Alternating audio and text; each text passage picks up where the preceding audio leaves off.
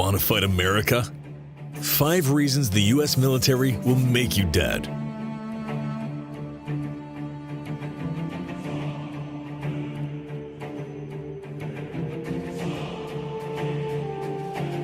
The United States is the most formidable military power the world has ever seen. Arguably, since the end of the Cold War, America has enjoyed a level of dominance unparalleled in history. Neither Rome nor the British Empire enjoyed such a level of superiority over rival powers. While the American military is not the largest on Earth, it is by far the best trained and best equipped force on the planet, putting rivals like Russia and China to shame. But it took generations to develop America's military into the world-beating force it is today. And it wasn't until the end of the Civil War that the US fielded armies that could challenge European militaries on the battlefield. From then onwards, it took 2 world wars before the US military finally established itself as the most dominant force on Earth.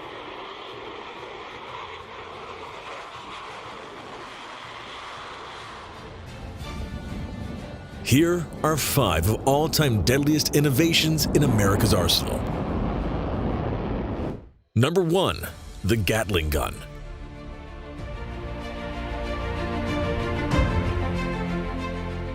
First fielded during the American Civil War, which to this day is the deadliest war in US history with over 600,000 military dead, the Gatling gun was one of the first rapid-fire weapons in history.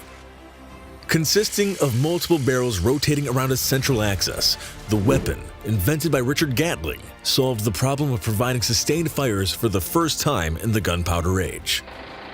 Initially, the US Army, due to the service's conservative nature, was reluctant to adopt Gatling's invention. After Gatling had improved on his initial 6-barrel design that fired 350 rounds per minute, the Army did eventually adopt the new weapon. It was first used in 1864 at the Battle of Petersburg in Virginia. After the end of the Civil War, the Army used a 10-barrel Gatling gun that could fire 400 rounds per minute during various conflicts with the Native American population in what are now the western states. The Maxim machine gun eventually replaced the Gatling gun, but the crude hand-driven weapon heralded what was to come. During the brutal trench warfare of World War I, untold thousands fell to machine gun fire.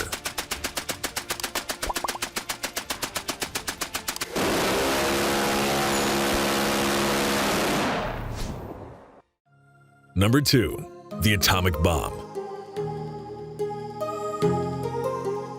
The United States developed the atomic bomb during the height of the Second World War under a program called the Manhattan Project. The project kicked off in 1939 when the Advisory Committee on Uranium told President Franklin Roosevelt that the element would provide a possible source of bombs with a destructiveness vastly greater than anything now known. Work on the bomb went into overdrive after the attack on Pearl Harbor on December 7, 1941, when the United States formally entered World War II against Nazi Germany and Imperial Japan. Much of the urgency was driven by the belief that the Nazis were working on their own version of the bomb.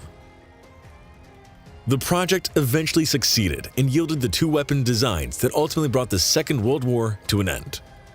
On August 6, 1945, a lone B-29 bomber called Enola Gay, commanded by Colonel Paul Tibbets, destroyed the city of Hiroshima with a single 15-kiloton nuclear weapon called Little Boy.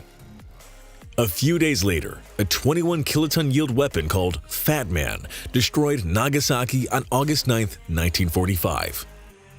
Seeing the writing on the wall, the Emperor of Japan ordered an unconditional surrender. The world would never be the same with the dawn of the atomic era.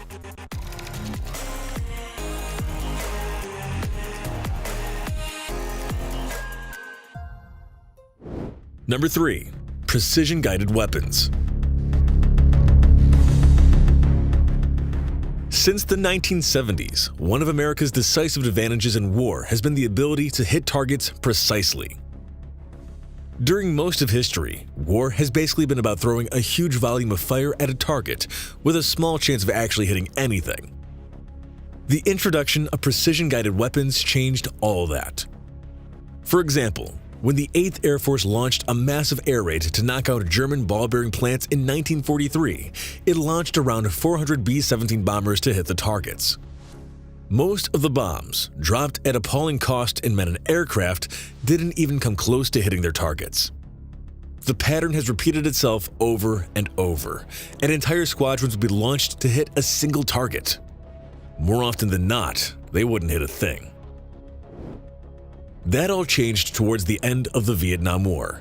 In 1972, laser-guided bombs allowed U.S. Air Force and U.S. Navy jets to hit targets precisely. Instead of dozens of jets trying to strike a single target in vain, one jet could hit multiple targets during a sortie. While in 1972, there were only a handful of precision-guided weapons available, in 2015, almost all weapons dropped from American warplanes are precision-guided. Precision-guided weapons have given U.S. forces the edge for the past 40 years, but it's an advantage that is starting to slip as other nations develop their own equivalent weapons.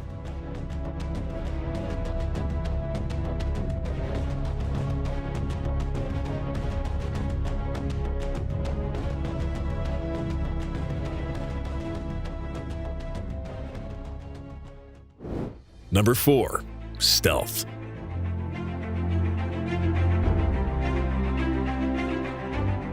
With the development of ever more capable Soviet surface-to-air weapons during the 1960s and 1970s, the United States Air Force had to come up with a solution to defeat the ever-increasing threat. The answer was stealth technology, which would reduce an aircraft's radar cross-section and infrared signature. Ironically, it was a Soviet scientist by the name of Pyotr Ufimtsev who first discovered the equations to develop a low-radar, cross-section aircraft. Ufimtsev's work eventually came to the attention of Lockheed engineer Dennis Overholzer, who then developed the configuration for the first stealth aircraft, which he called the Hopeless Diamond. The Hopeless Diamond eventually evolved into the Lockheed F-117, the world's first operational stealth aircraft in 1981. From that initial starting point, American stealth aircraft development took off in new directions. The B-2, F-22, F-35, and pretty much every other American stealth aircraft originates from those early efforts to defeat the Soviet air defense system. The net result today is the nearly unstoppable juggernaut that is the U.S. Air Force.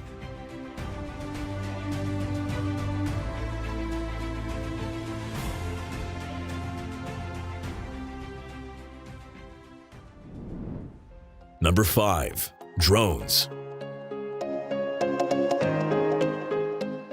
When Abe Karem first developed the NAT, which eventually evolved in the General Atomics MQ-1 Predator, he probably could not have imagined his invention would herald a revolution in the ways wars are fought. Instead of risking lives over the battlefield, American forces can fight remotely with these new systems. While initially considered a passing fad, the past 15 years have shown that unmanned aircraft are here to stay, and war will never be the same. The MQ-1 Predator, which was first introduced over the Balkans in 1990s, is a crude aircraft. Its follow-on, the MQ-9C Reaper, is a little more sophisticated, but it's the start of something that will change warfare forever. Aircraft like the carrier-based Northrop Grumman X-47B are starting to show the true potentials of such machines. Indeed, aircraft without pilots might be the dominant weapon during the remaining decades of this century. As recently as yesterday, Navy Secretary Ray Mabus told an audience that the U.S. Navy will never buy another manned strike fighter again after the F-35C. And if Mabus's vision comes to fruition, unmanned aircraft will give the U.S. unmatched capabilities well into the future.